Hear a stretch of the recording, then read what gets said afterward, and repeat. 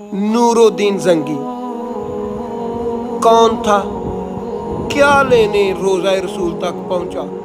नबी करीम सल्लल्लाहु अलैहि वसल्लम 3 बार लगातार इसकी ख्वाब में आए तो क्या कहा, दिल दहला देने वाली दास्तान। आज से तकरीबन 882 साल पहले की बात है। सुल्तान नूरुद्दीन महमूद जंगी रहमतुल्लाह ताला मामूल के मुताबिक रात के नवाफिल और वज़ाइफ से फारिग हुए और सो गए। आंखें बंद ही की थी कि मुकद्दर जान शाह कायनात मोहम्मद रसूलुल्लाह सल्लल्लाहु अलैहि वसल्लम ख्वाब में तशरीफ लाए और नीली आंखों वाले 2 आदमी दिखाकर फरमाया, ये मुझे तंग कर रहे हैं, इनसे मुझे बचाओ। आप घबरा कर उठे, वजू किया, नवाफिल अदा किए, फिर सो गए। 3 बार ऐसे ही हुआ। जैसे ही आप सोते, नबी सल्लल्लाहु अलैहि वसल्लम ख्वाब में आते और कहते कि बेटा नूरुद्दीन, मुझे इनसे बचाओ।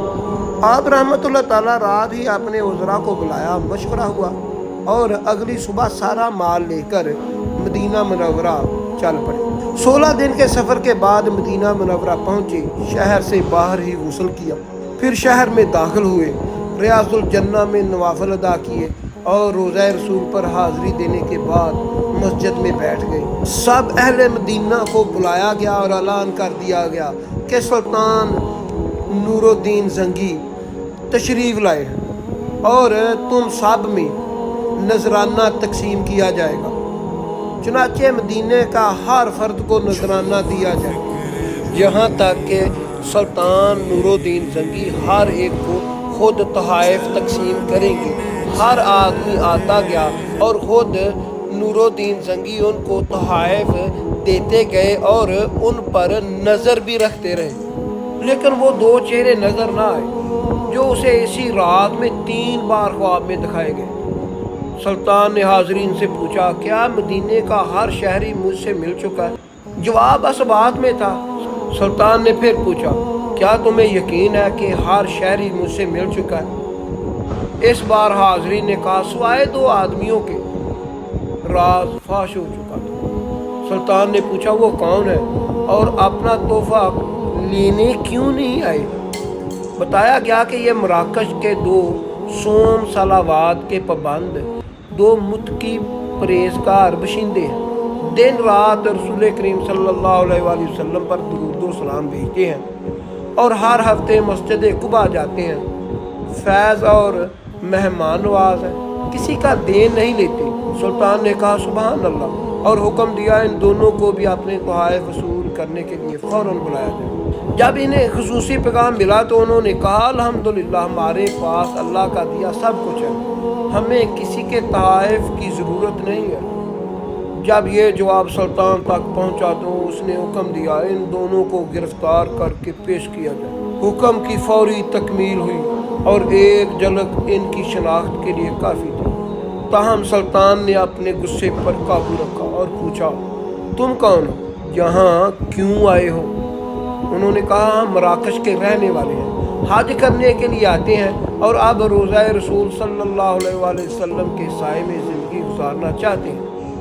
सुल्तान ने सख्ती से कहा, क्या तुमने झूठ बोलने की कसम खा रखी है? आप वो पूछ रहे हैं कि सुल्तान ने हाज़रीन से पूछा, ये क्या कह रहे हैं? बताया गया कि रोज़ा नबी सल्लल्लाहु अलैहि वसल्लम के बिल्कुल नज़दीक एक मकान में मस्जिद नबवी के जनूबी मगरब में दीवार के साथ था। सुल्तान फ़ौरन उठे और उन्हें साथ लेकर इसी मकान में दाखिल हुए। सुल्तान मकान में घूमता फिरता रहा। अचानक नए और कीमती सामान से भरे हुए एक कीमती मकान में इसकी नज़र फर्श पर पड़ी। एक चटाई पड़ी हुई थी। नज़र पड़नी थी कि दोनों मराकश बशिंदों की हवाएं उड़ गई। सुल्तान ने चटाई उठाई, इसके नीचे एक ताज़ा खुदाई हुई सुरंग थी। सुल्तान ने गरज कर कहा, क्या आप भी सच ना बोलोगे?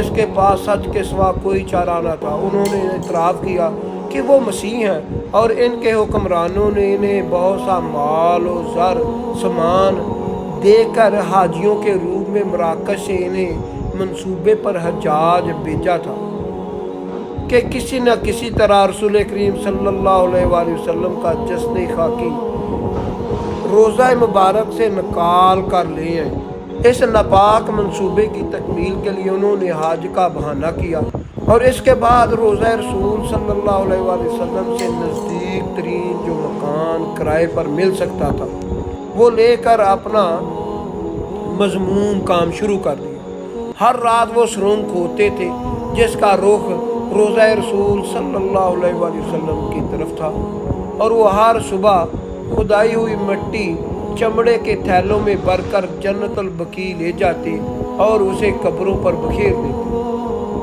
انہیں بتایا گیا کہ ان ناپاک مہم بالکل آخری مرحلے میں داخل ہے، اور ایک رات موسلادھار بارش کے ساتھ ایسی گرج چمک ہوئی کہ جیسے زلزلہ آ گیا۔ اب جب ہی ان کام کا پایا تکمیل کر پہنچنے والا تھا تو سلطان نہ جانے کیسے مدینے پہنچ گئے۔ سلطان ان کی گفتگو سنتے جاتے اور روتے جاتے اور ساتھ ہی فرماتے جاتے کہ میرا نصیب پوری دنیا میں سے اس خدمت کے لیے اس غلام کو چنا گیا۔ سلطان نور الدین زنگی نے حکم دیا کہ ان دونوں کو قتل کر دیا جائے اور روزہ مبارک کے گرد ایک خندق کھدوائی جائے۔ سلطان کے حکم کی تکمیل میں روزہ اطہر کے چاروں طرف اتنی گہری خندق کھودی گئی کہ زمین سے پانی نکل آیا۔ اس کے بعد اس میں سیسا بھر دیا گیا جو سرنگ ان دو ناپاک آدمیوں نے کھودی تھی اس میں، اور روزہ اطہر کے چاروں طرف اتنی گہرائی میں سرنگ کھدوائی گئی کہ نیچے سے پانی نکل آیا اور اس میں سیسا بھر دیا گیا تاکہ تا قیامت اس طرح کی کوئی بھی جسارت نہ کر سکے نبی کریم صلی اللہ علیہ وآلہ وسلم کے روزہ اطہر تک پہنچنے کے لیے۔ اور نور الدین زنگی ایسا خوش قسمت انسان ہے، کہتے ہیں کہ جب وہ اس سرنگ میں سے جائزہ لیتا ہوا آگے گیا تو آگے دیکھتا ہے کہ سرنگ کا ایک تھوڑا سا حصہ نبی کریم صلی اللہ علیہ وآلہ وسلم کے قبر مبارک تک جا پہنچا تھا، اور وہ نبی کریم صلی اللہ علیہ وآلہ وسلم کے پیر مبارکوں پر بوسہ دے کر پھر واپس آیا۔